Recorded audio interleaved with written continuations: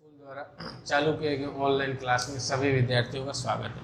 कक्षा 9th और 10th को संस्कृत अध्ययन करा रहा हूँ। संस्कृत में समास के बारे में बता रहा हूँ। समास की परिभाषा, समास के सामान्य भेद, और इससे पहले समास के 3 भेद आपको करा भी चुका हूँ। अव्ययी भाव, कर्मधारय और द्वंद्व समास। इन 3 समासों के बारे में हम बात कर चुके हैं। आज चौथा समास द्विगु समास के बारे में हम बात करने जा रहे हैं। तो सामान्य बातें द्विगु समास के बारे में जानेंगे। पहला देखो लिखा हुआ है द्विगु समास। द्विगु समास संख्यावाची होते हैं। इसका मतलब है, यहाँ देखिए ध्यान से लिखा हुआ है, द्विगु समास संख्यावाची होते हैं। इसका मतलब क्या है?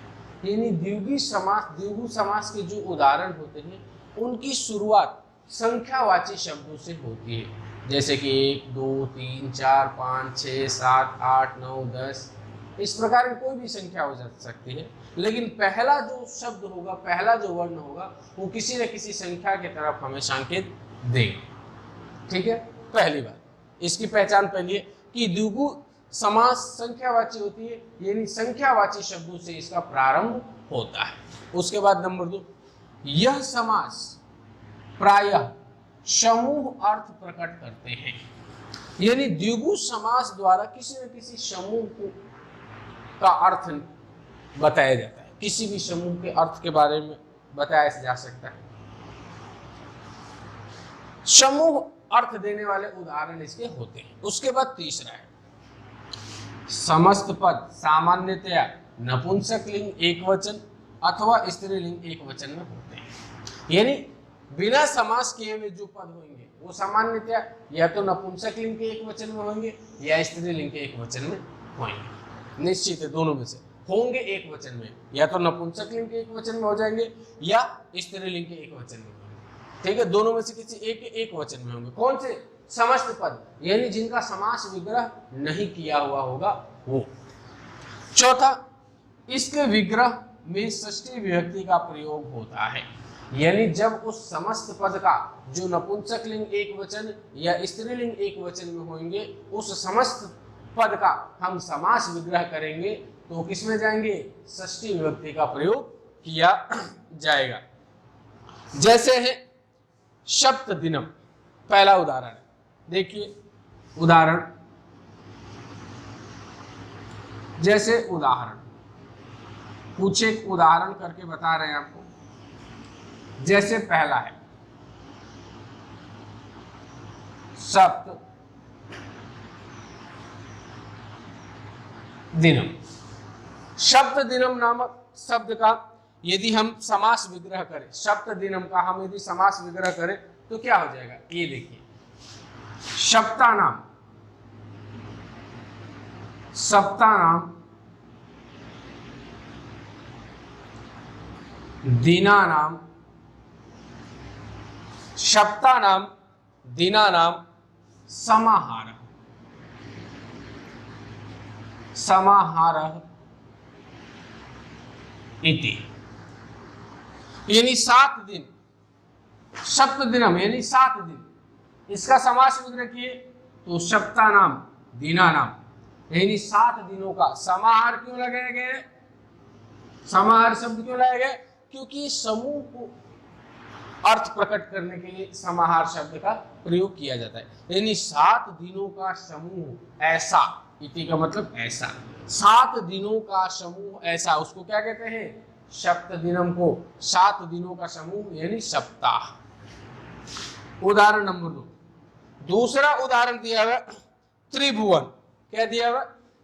त्रिभुवन, त्रिभुवन। इसका समास विग्रह करेंगे तो हो जाएगा त्रयाणाम,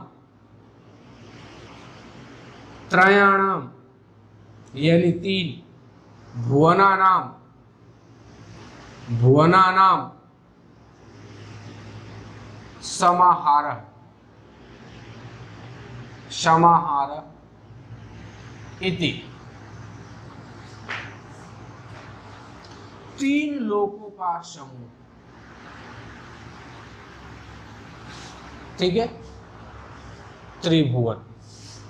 अगला उदाहरण नंबर 3, तीसरा उदाहरण अपना दिया हुआ पंच पात्र। पंच पात्रम। अब इसका समास विग्रह करते हैं तो हो जाएगा पंचानाम पात्राणाम समाहार। समाहार इति। 5 पात्रों का समूह। इसका समास विग्रह क्या हो गया? 5 पात्रों का समूह। नंबर 4 पे उदाहरण दिया हुआ पंचरात्रम। क्या दिया हुआ? पंच रात्रम। इसका हो जाएगा पंचानाम रात्रिनाम। पंचानाम रात्रिनाम समाहार इति। यानी 5 रात्रियों का समूह। अब ध्यान से देखें, मैं आपको करके बताएं समास विग्रह 4 उदाहरण करके बताएं। जैसे पहला उदाहरण है सप्त दिनम। सप्त एक संख्यावाची शब्द है, संख्यावाची शब्द से शुरुआत हो गया, यानी द्विगु समास संख्यावाची से शुरुआत होते हैं। ठीक है, यह समास प्रायः समूह अर्थ प्रकटते हैं। तो सप्त दिनम 7 दिन, 7 दिनों के समूह का अर्थ भी यहाँ निकल रहा है। दूसरा है त्रिभुवन। त्रि का मतलब 3 लोगों के समूह के बारे में बात की गई है। पंच पात्र 5 पात्र। पंच क्या हो गया? संख्यावाची।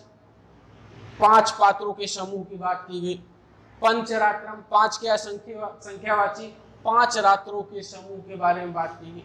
तो कहने का मतलब है कि द्विगु समास की शुरुआत हमेशा संख्यावाची से होगी और इसके उदाहरण जो भी होंगे वो हमें समूह का अर्थ प्रकट करने वाले होंगे, किसी न किसी समूह का अर्थ प्रकट करेंगे।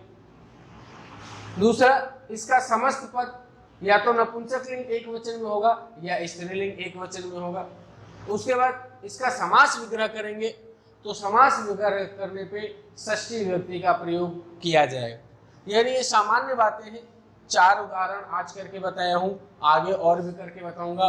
पहले तो इन बातों को द्विगु समास के बारे में 4 बातें बताएं, ये ध्यान से अपने दिमाग में बैठाएं। उसके बाद ये 4 उदाहरण हल करें। आज के लिए इतना ही। धन्यवाद।